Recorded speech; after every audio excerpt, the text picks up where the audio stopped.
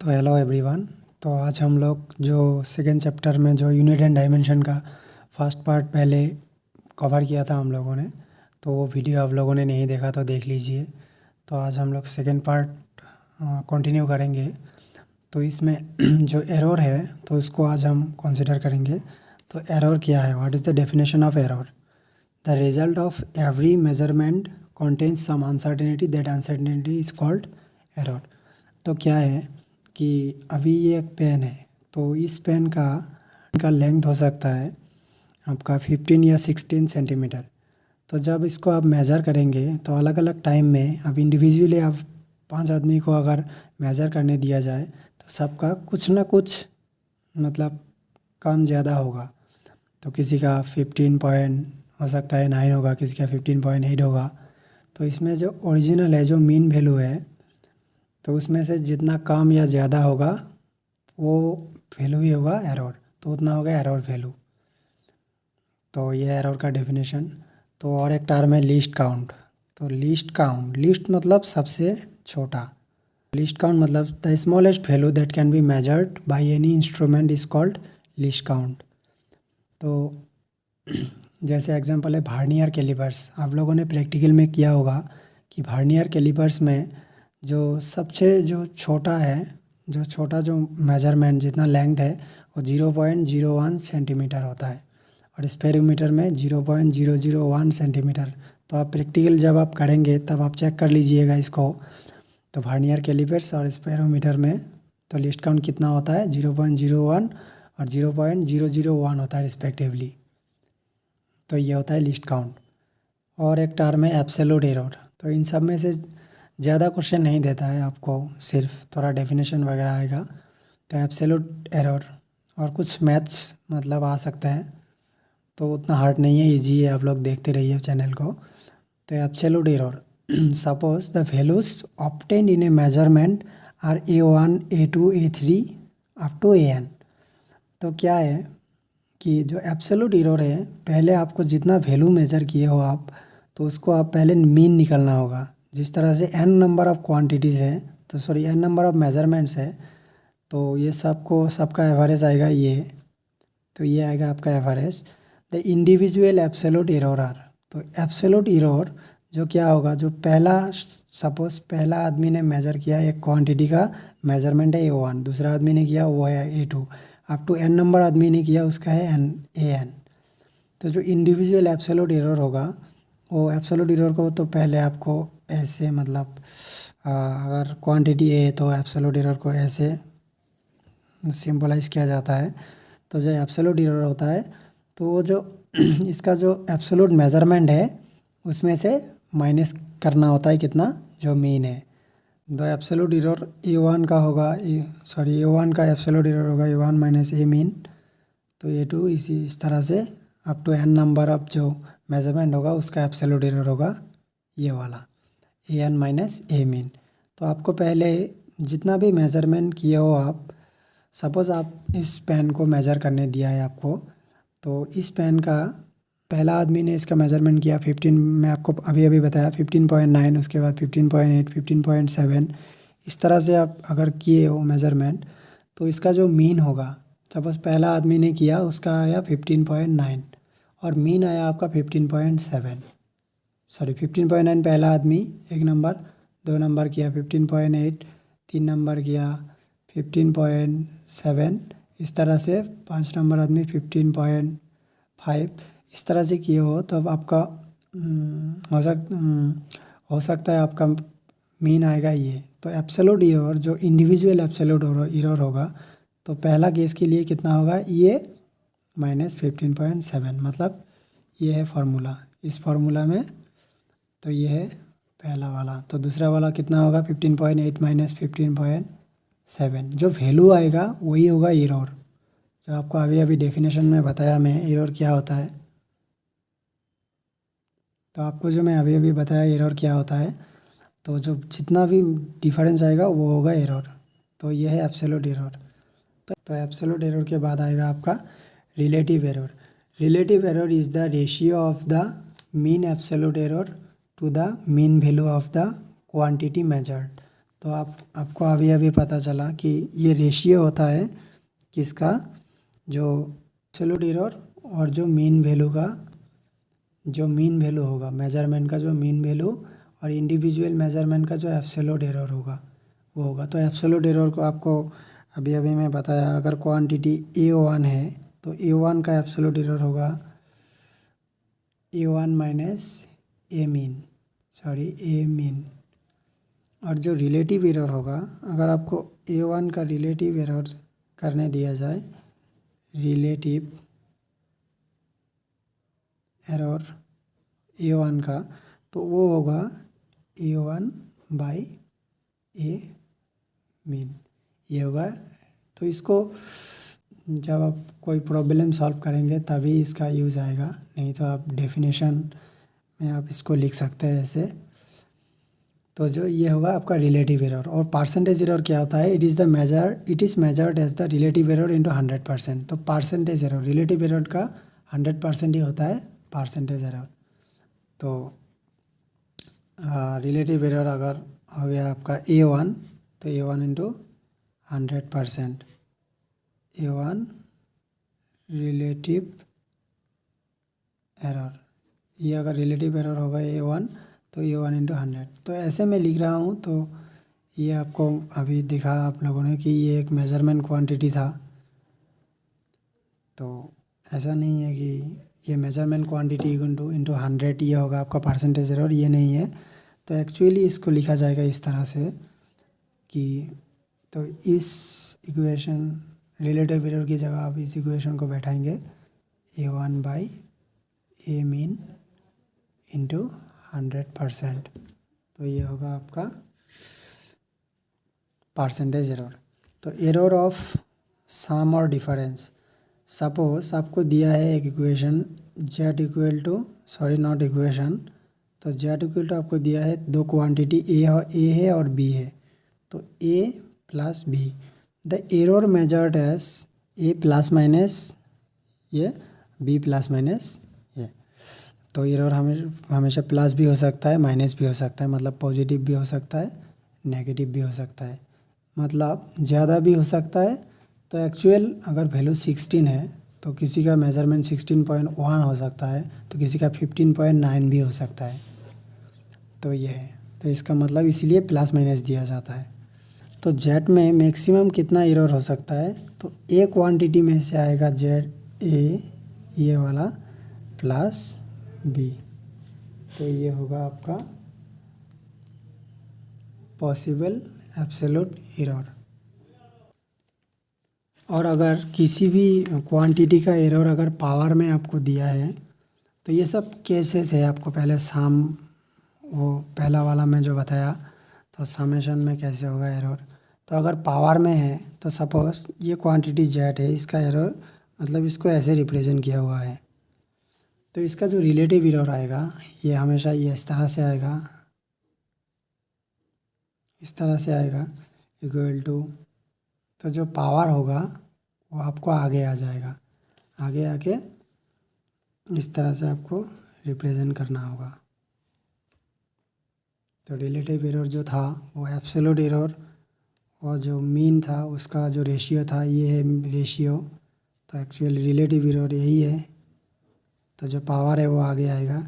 In general suppose ये एक representation है, ये एक इक्वेशन है, z equal to a power p b power q divided by c power r. आपको याद रखना है जितना भी अगर मल्टीप्लिकेशन, जैसे जिस तरह से ए एंड बी मल्टीप्लिकेशन में है, सी लेकिन डिवीजन में है, तो मल्टीप्लिकेशन में हो या डिवीजन में हो, एरर हमेशा इस तरह से प्लस में ही लिखा जाता है। और जो मैं आपको अभी अभी बताया, तो ये जो पावर है वो आगे आ जाता है, तो इसलिए पी पावर है, ए का पावर पी है, इसलिए पी आगे आएगा। और ये जो है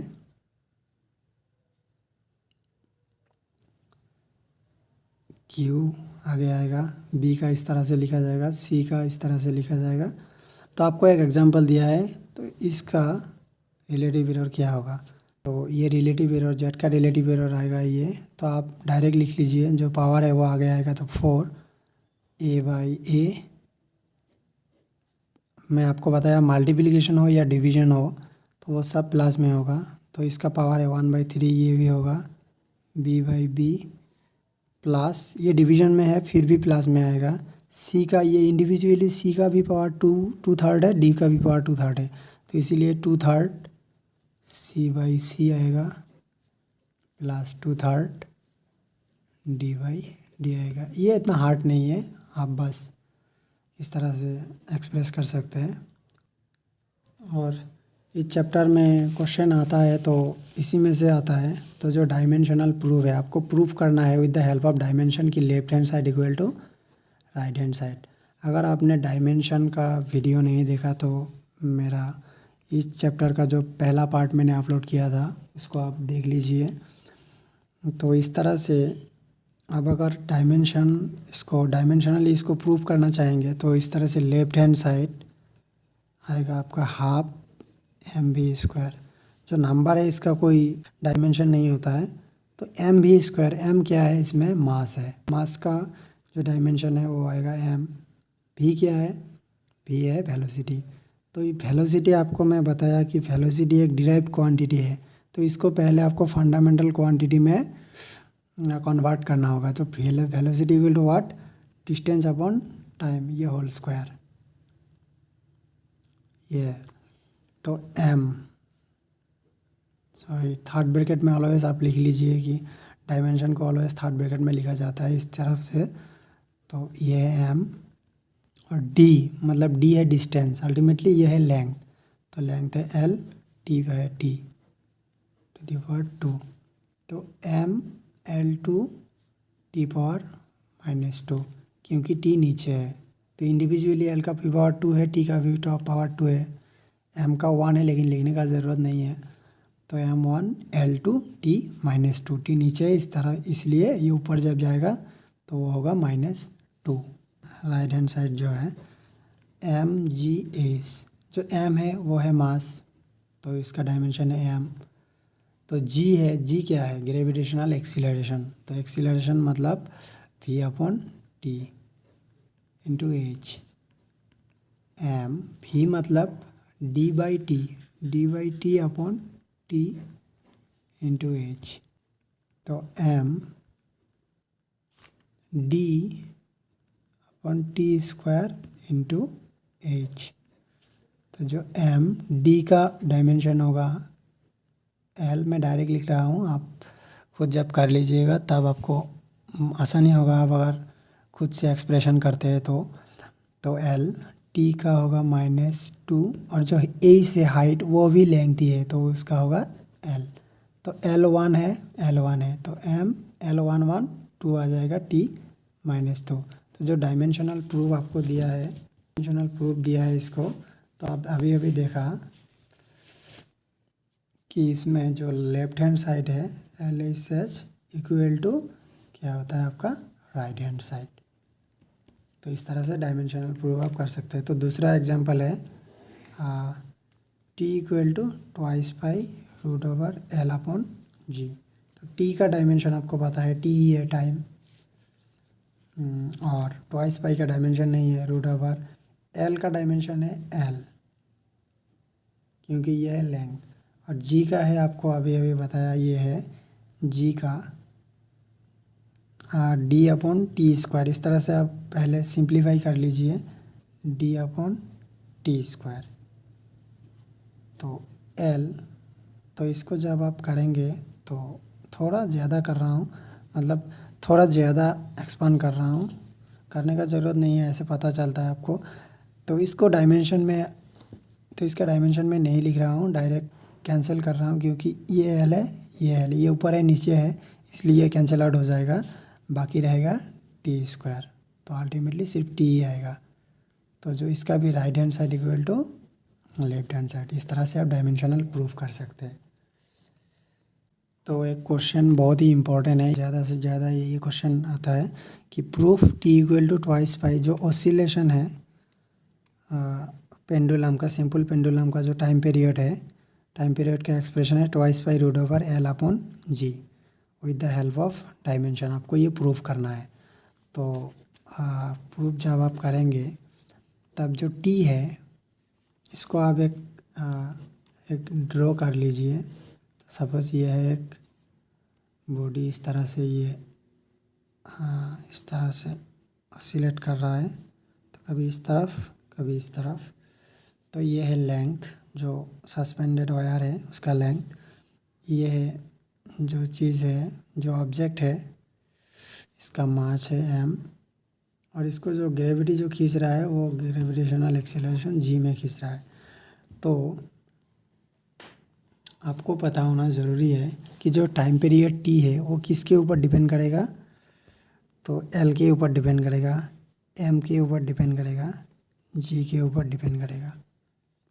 तो आप मान लीजिए कि l का पावर है a, m का पावर है b और g का है c। तो आप पहले इसको एक्सप्रेस कर लीजिए। t को जब आप करेंगे तो t 1 आएगा, लेकिन आप करिए इस तरह से कि m0 l0 t1, ये होगा आपका टाइम पीरियड का डायमेंशनल एक्सप्रेशन। और इसमें l जो है, l आएगा a, m आएगा b, g क्या है, इसका यूनिट है, g का यूनिट है मीटर पर सेकेंड स्क्वायर। इसका मतलब मीटर क्या है, लेंथ का यूनिट है मीटर, और सेकेंड क्या है, टाइम का यूनिट है। तो इसको डायमेंशनल एक्सप्रेशन आएगा l t पावर -2, लेकिन इसका होल पावर आप एज्यूम किया है c है। आपको ये पता नहीं है कि twice pi root over l आएगा कि g आएगा, आपको प्रूफ करना है। तो प्रूफ आप किस तरह से कर सकते हैं, तो आप मान लीजिए, let us consider that the time period t depends on the length of the suspended wire, the mass of the body and gravitational acceleration, and the power of L is A, the power of M is B and the power of G is C. That's why ये आएगा M0 L0 T1, क्योंकि M time period में M का कोई value नहीं है, इसलिए M0 ये लिखने से भी हो जाएगा, लेकिन इधर इस तरफ M है L है, इसलिए मैं M0 L0 लिख रहा हूँ। तो क्या आएगा, L A M B L C आएगा L T पावर ये +2 होगा, लेकिन ऊपर जब जाएगा -2 C। ये क्योंकि ये कैसे किया, मैं बस L का पावर C लिखा और T का पावर -2C लिखा, और इसको इस तरह से आएगा कि L/T2 × C L T -2 C। जब आप इसको मल्टीप्लाई करेंगे, L C T -2 C, तो L का पावर यहाँ पर A है और L का पावर C है, इसलिए L का पावर होगा A + C M B T -2 C। तो आप लेफ्ट हैंड साइड और राइट हैंड साइड में देखिए, L का पावर क्या है, A + C, और यहाँ L का पावर है 0, तो आप लिख सकते हैं A + C = 0। M का पावर है B और यहाँ पर M का पावर है 0, तो लिख सकते हैं आप B = 0, और T का पावर यहाँ पर है -2C और T का पावर है यहाँ 1, तो T का पावर -2C = 1। तो देयरफॉर C = व्हाट, -1/2। तो इसको आप जब इसको यहाँ बैठेंगे तो A = आएगा 0 - C, इसका मतलब +½ आएगा। लेकिन और B का जो है इसका तो 0 है। तो जब आप इसको, तो एक चीज़ मैं लिखना भूल गया, यहाँ पर ट्वाइस पाई होगा, लेकिन इसका कोई डायमेंशन नहीं होगा। तो ट्वाइस पाई, जब ये इक्वेशन का नंबर 1 है, तो एक नंबर इक्वेशन में जब इसको आप बैठाएंगे तब आपका आएगा T = 2 पाई LA MB GC। तो 2 पाई L का कितना है, L का यूनिट है, L का पावर है A, तो L के ऊपर आप A का वैल्यू क्या है, ½ और M का वैल्यू 0 है, तो ये लिखने का बाद में हम नहीं लिखेंगे इसको। और G का वैल्यू है -½ तो 2 पाई L½ G -½ तो इसको आप अगर करेंगे तो 2 pi l half divide by g l half. तो twice pi l by g whole to the power half लिख सकते हैं आप। तो ट्वाइस पाई हाफ मतलब root over l by g, l by g. तो टी का एक्सप्रेशन आएगा twice pi root over l by g. तो टी का एक्सप्रेशन आएगा twice pi root over l by g. बस ये था आपका चैप्टर। तो इसमें से जितना इम्पोर्टेंट था वो हम लोगों ने कवर कर लिया है, तो आप इसको ध्यान से पढ़िए। तो अगर आपको कोई कन्फ्यूजन है तो आप मेरा पहला वाला वीडियो, पहले जितना वीडियो मैं अपलोड किया वो सब वीडियो आप देखिए और इसको बस ध्यान से कर लीजिए। चैप्टर में उतना क्वेश्चन भी नहीं देता है, जितना देता है मतलब जहाँ से आ सकता है मैं वो उसको कवर कर लिया है, आप बस ध्यान से कर लीजिए।